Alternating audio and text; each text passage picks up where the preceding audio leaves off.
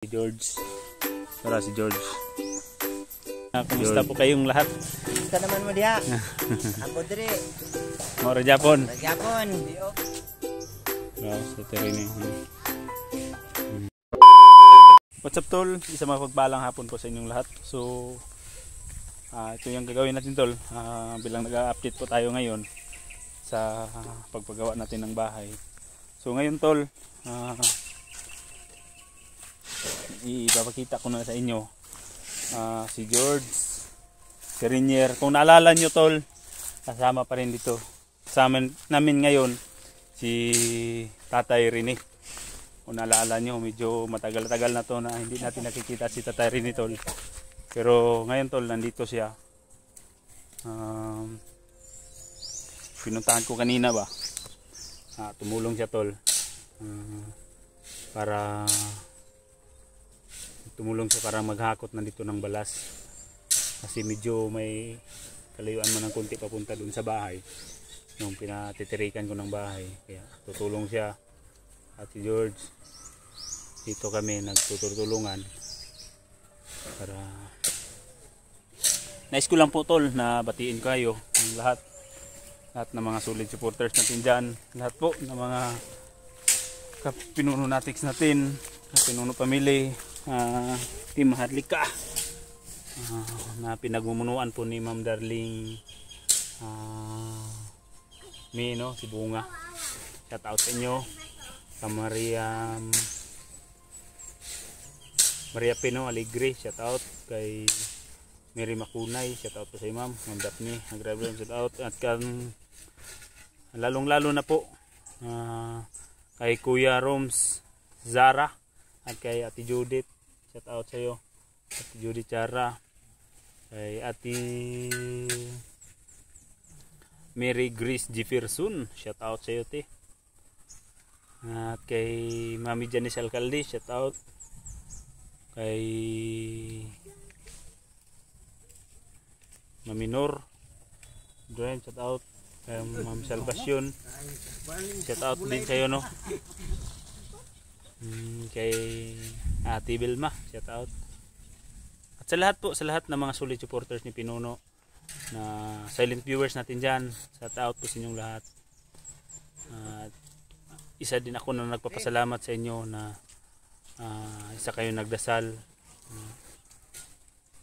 na sana safety po yung mga kasamahan natin na galing sa bundok na bago lang nakababa at hindi ako nakasama. Dahil alam natin tol, alam naman ninyo na hindi ko muna to iiwan siguro kung bahay ko pag hindi pa to makakuanan ba, si medyo takilid na yung temporaryong tinitirahan namin doon. So gawin natin to ngayon tol. May update pa ako mamaya, pero kumbaga nito nagtatrabaho man sila ba. Nandito tulo yung inasamasam nyo. Nandito na si George. Tara si George. Hakot ng balas. Renier. At si Tatay Rene tol, papunta nandito. Kung naalala nyo pa.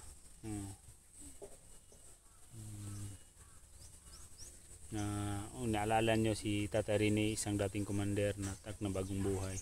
At na-plaster na to ba, may kunti na siyang pinagkikitaan, kunti-kunti lang tol na pang kuwan lang, kumbaga binabisita-bisita ko na lang to ba sometimes din pag medyo maggipit-gipit siya, punta din siya sa bahay.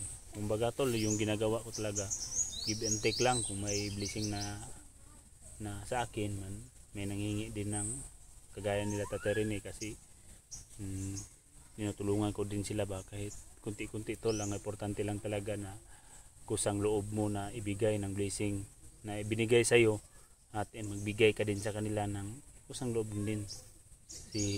Kahit ang Diyos na lang po ba ang magbibigay sa atin ng ganti. So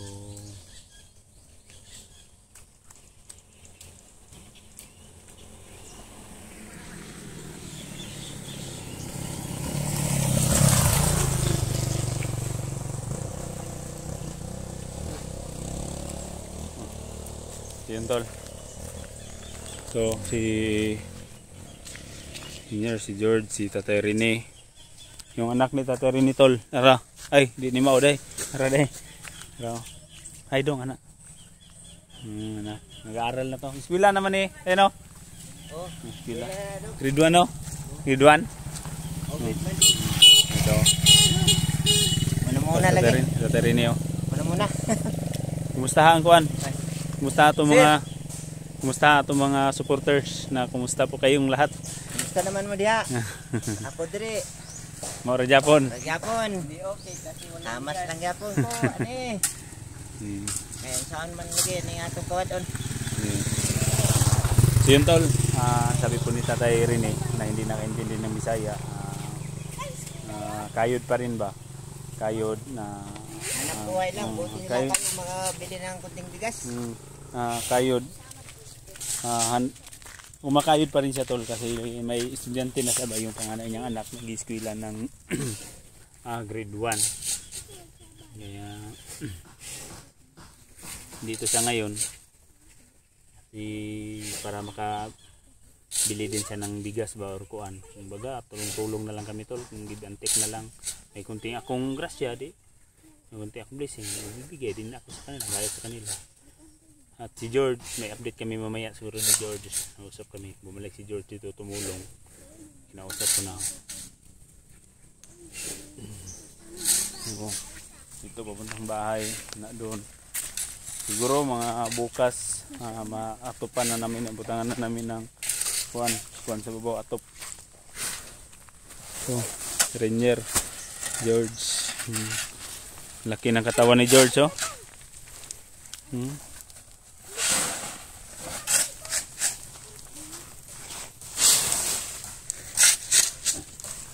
Tawa si Rainier Diyos po. Tawa. Si Rainier. So, pupunta naman tayo doon tol sa bahay. Dito naman po tayo. May video na naman. Parang may update pa rin tayo ba kahit hindi yun mataas yung bus natin. Pero okay lang. Importante may update tayo, may video tayo. Para maipakita po natin sa inyo yung kalagayan kung ano po ang improvement na ito tol. Ito na po yung mga panday, si kuya ko, kapatid niya, si Brad, ang tab tol, paliguanan.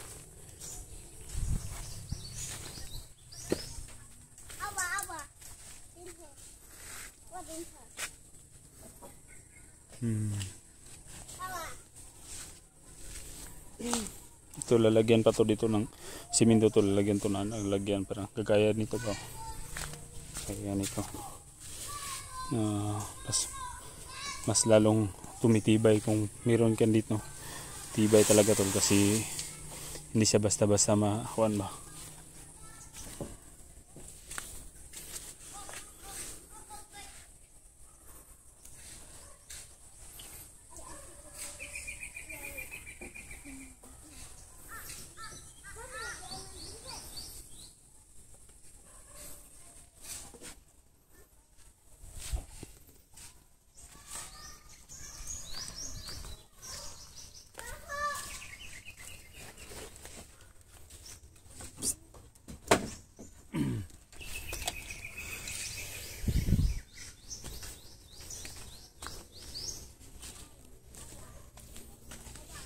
So ito yung mga kahoy tuloy, ito gamit yung mga gawin, ito yung mga kahoy, lahat dami man to.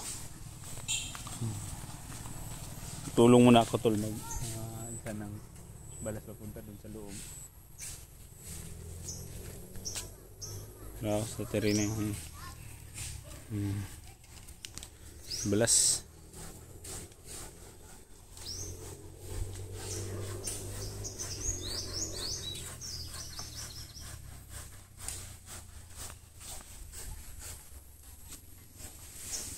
Si George at saka si Rainier.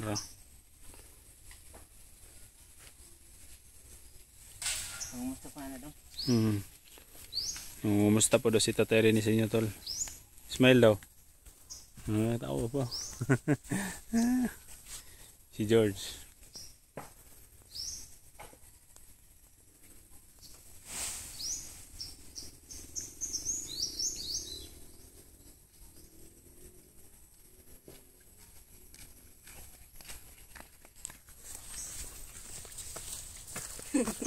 Tawa si George. Ako na naman tol, makakot na ko dito eh. Tay.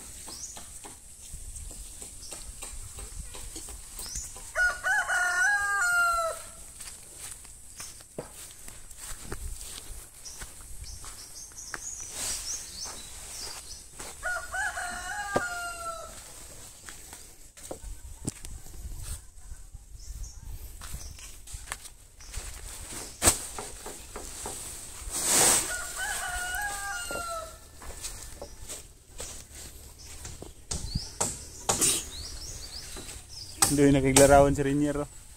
Lupo. Lupo. Lupo daw. Sa daw, alas 12:60.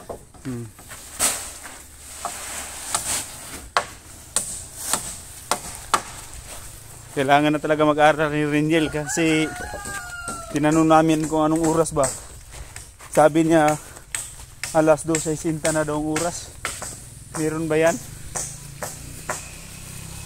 So dito tayo. Nagpapahinga sila. Kasi kanina pa silang umaga tol na patwad ako, may mga pinuntahan pa ako din kanina ba. Kaya dito ngayon. Relax, relax ata.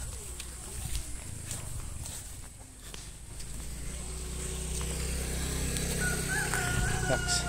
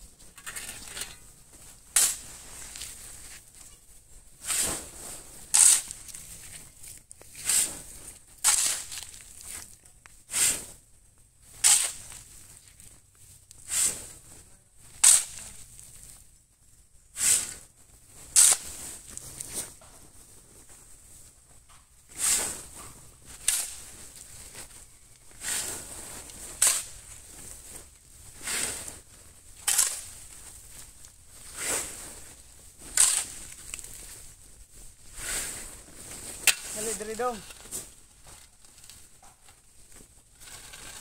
Ikaw tigunit.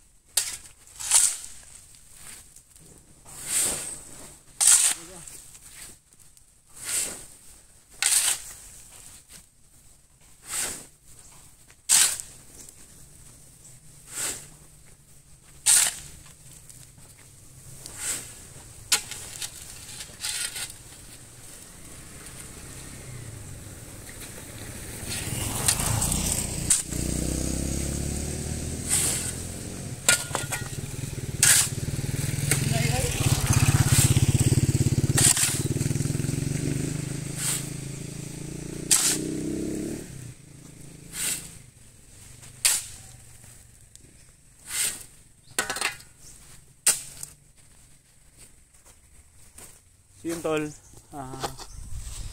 tumulong din ang anak ni Tatay Rene ba siya ng taga-gulit ng sako. At dito na karong abri dong, dito na ka.